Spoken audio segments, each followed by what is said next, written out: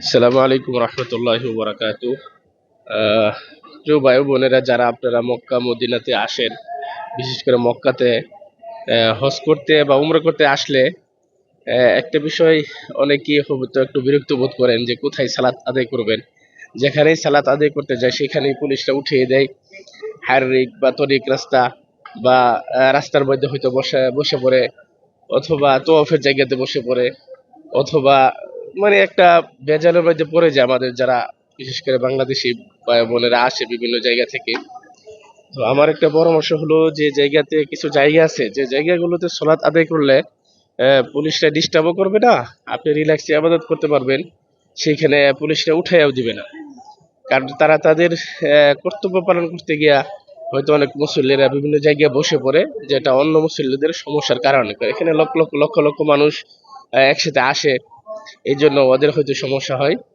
তো যে জায়গাগুলোতে সলাৎ আদায় করলে পুলিশ আপনাদেরকে ডিস্টার্ব করবে না, রিল্যাক্সে সলাৎ আদায় করতে পারবেন, এরকম জায়গা হলো যেমন নিচতলায় যদি আপনি মক্কাতে সলাৎ আদায় করেন, 90 নম্বর গেট দিয়া বা 89, 91, 92, 93, এই যে গেটগুলো আছে বা 85-এর পর থেকে, এই গেটগুলোতে যদি আপনি ঢুকেন, তাহলে হাতের বামে এবং ডানে এরকম আপনি দেখতে পাবেন যে কার্পেট বিছানো আছে। এখানে মহিলারাও সলাত আদায় করতে পারবেন, পুরুষরাও সলাত আদায় করতে পারবেন।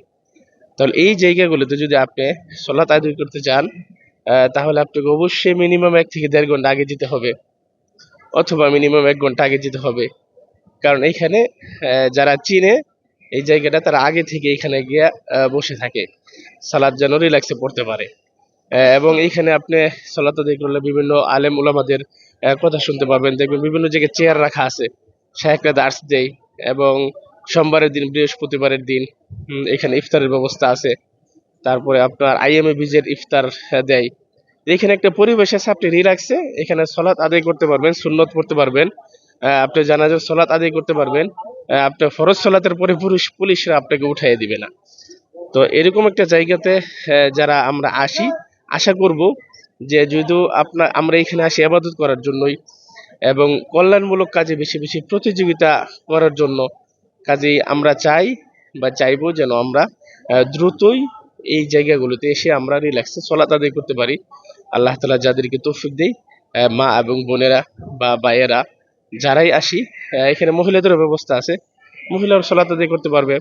শুধু নিচতলায় নাই, সেম নিচতলায় যদি জায়গা না পান, তাহলে 90 নম্বর গেট দিয়ে এই পাশ দিয়ে সিঁড়ি আছে, উপরে ওঠার লিফট আছে, এসকেলেটর দিয়ে আপনি উপরে উঠে এখানে 2 তলাও সেম ব্যবস্থা, নিচে যেমন কার্পেট বিছানো আছে, উপরেও সেম কার্পেট বিছানো আছে। এটা একটা জায়গা।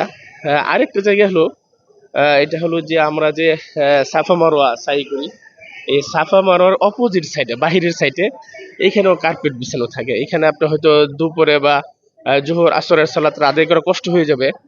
তো এখানে জোহর এবং আসরের সালাত আদায় না করে আপনি মাগরিব, এশা, ফজরের সালাত আদায় করতে পারবেন। এখানে কার্পেট বিছানো থেকে, এখানে আপনাকে কেউ ডিস্টার্ব করবে না, কোনো পুলিশ আপনাকে হারিক হারিক তরিক রাস্তা তারপরে এই সেই কিছু বলবে না। তো রিল্যাক্সে সালাত আদায় করতে পারবেন। অনেকেই আরেকটা জায়গাতে যায়, সেটা হলো মসজিদে আবু বকর। এটা হচ্ছে বৃন্দাউদ যে বিল্ডিংটা আছে, 8 নম্বর টয়লেটের সোজাসুজি সম্ভবত। এই বিল্ডিং এর চতুর্থ তলায় পুরুষদের ব্যবস্থা আছে, এবং পঞ্চম তলায় মহিলাদের ব্যবস্থা আছে। এখানে সুন্দর একটা জায়গা, এখানে বিভিন্ন দেশের মানুষ যারা চীনে বিশেষ করে, তারা এই জায়গাটাতে এসে সালাত আদায় করে। এই যে যে আমরা দেখতে পাচ্ছি যে এখানে এত বড় একটা জায়গা, মাশাআল্লাহ, এখানে আপনি 5 ওয়াক্ত সালাত আদায় করতে পারবেন, এবং খুব সুন্দর একটা জায়গা, কোরআন তেলাওয়াত করতে পারবেন। এইখানেও আপনার হারামে যা হয়, হারামের সাথেই সালাত আদায় হয়, হারামে যা হবে এখানে সেম আলোচনা টালোচনা সবকিছু আপনি শুনতে পারবেন। তো এই জায়গাতে সালাত আদায় করতে পারবেন। এখানে ওয়াশরুমের ব্যবস্থা আছে, দুই সাইডেই, 2টা সাইড আছে। আপনি স্কেলেটর দিয়ে ওঠার পরে হাতের বাম সাইডেও মসজিদ আছে, ডান সাইডেও মসজিদ আছে।